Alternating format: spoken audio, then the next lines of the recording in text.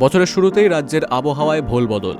পশ্চিমী ঝঞ্ঝার দাপটে দক্ষিণবঙ্গ থেকে শীতের কনকনে আমেজ অনেকটাই ফিকে হয়ে এসেছে।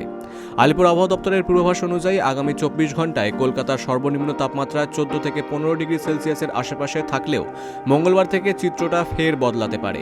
হাওয়া অফিস জানিয়েছে, উত্তর পশ্চিম ভারতে সক্রিয় পশ্চিমী ঝঞ্ঝার কারণে সমতল উত্তরে হাওয়ায় প্রবেশে বাধা পাচ্ছে। ফলে দক্ষিণবঙ্গের জেলাগুলিতে পারদ ঊর্ধ্বমুখী। তবে এই স্বস্তি সাময়িক।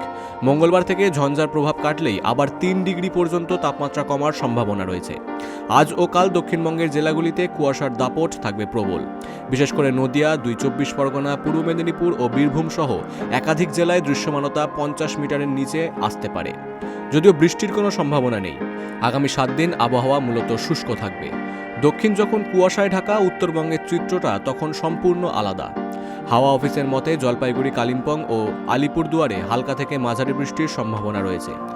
দার্জিলিংয়ের উঁচু পার্বত্য এলাকায় তুষারপাতের প্রবল সম্ভাবনা দেখা দিয়েছে। এর ফলে পাহাড়ের শীতের দাপট আরও বাড়বে। উত্তরবঙ্গের জেলাগুলিতে আগামী কয়েকদিন তাপমাত্রা 2 থেকে 3 ডিগ্রি পর্যন্ত কমতে পারে। মালদা ও 2 দিনাজপুরেও ঘন কুয়াশার সতর্কতা জারি করা হয়েছে। শীতপ্রেমীদের জন্য সুখবর হলো, আগামী সপ্তাহের মাঝামাঝি সময়ে ঝঞ্ঝা কেটে গেলে ফের জাঁকিয়ে শীত পড়বে গোটা রাজ্যে। Bureau report, big news Bangla.